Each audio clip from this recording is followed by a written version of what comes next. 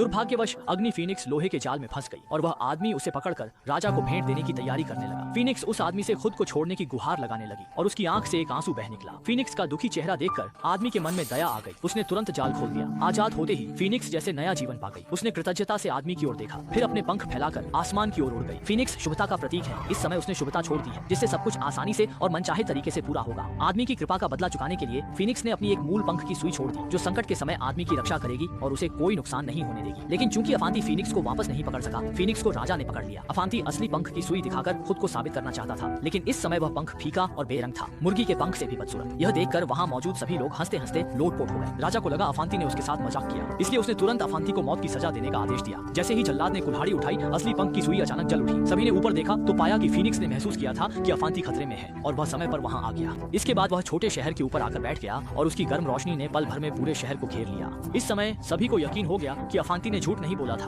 उन्होंने अफांती को हीरो कहा। मजबूरी में राजा को सबके सामने अफांती को इनाम देना पड़ा, लेकिन वह अंदर पहले से ही उससे नाराज था। कुछ समय बाद राजा ने आदेश दिया कि अफांती बर्फीले पहाड़ की चोटी पर सोई हिमपरी को जगाए और उसे वापस लाकर रानी बनाकर उससे शादी करे। यह यात्रा बहुत खतरनाक थी। राजा को लगा कि अफांती रास्ते में मर जाएगा, लेकिन वह नहीं जानता था कि अफांती के पास एक जादुई छोटा खच्चर है जो उसकी मदद करेगा। जल्द ही वे बर्फीले पहाड़ की चोटी पर पहुंच गए, लेकिन जमी बर्फ का दरवाजा अफांती को रोक रहा था। ठीक उसी समय जब अफांती निराश था, जादुई पंख फिर से जल उठा और सीधा बर्फ के दरवाजे में घुस गया। पलक झपकते भारी बर्फ का दरवाजा तुरंत पिघलकर पानी बन गया और 4 छोटे खच्चर बहकर नीचे गिर गए। आखिरकार वे बर्फ की गोलियों की तरह जमकर खाई में फंस गए। अफांती सावधानी से बर्फीले महल में गया और उसने किंवदंती की बर्फ की राजकुमारी को देखा। प्राचीन पंख वाली सुई ने उसे नींद से जगा दिया, लेकिन जब राजकुमारी को पता चला कि उसे शादी करने वाला बूढ़ा आदमी है, तो उसने कहा कि वह मरना पसंद करेगी, लेकिन अफांती के साथ वापस नहीं जाएगी। फिर उसने अफांती का हाथ पकड़ा और दोनों गहरी खाई में कूद गए। अच्छी बात यह रही कि छोटे खच्चर ने समय पर पंख फड़फड़ाए और उन्हें बचा लिया। अफांती राजकुमारी को महल ले आया, लेकिन राजकुमारी ने दादी की ओशनहाट अंगूठी न होने का बहाना बनाकर राजा से शादी से इनकार कर दिया। जब राजा को पता चला कि वह अंगूठी एक विशाल भेल ने निगल ली है, तो उसने अफांती को बुलाया। स्पष्ट अंगूठी वापस लाने का काम फिर अफांती के सिर आ गया। दृश्य बदलता है। अफांती अपने छोटे घोड़े पर समुद्र के ऊपर उड़ रहा है, लेकिन समुद्री कीलों से टकराकर नीचे गिरता है। जब छोटा घोड़ा अफांती को ऊपर खींचता है, तो वे देखते हैं सामने एक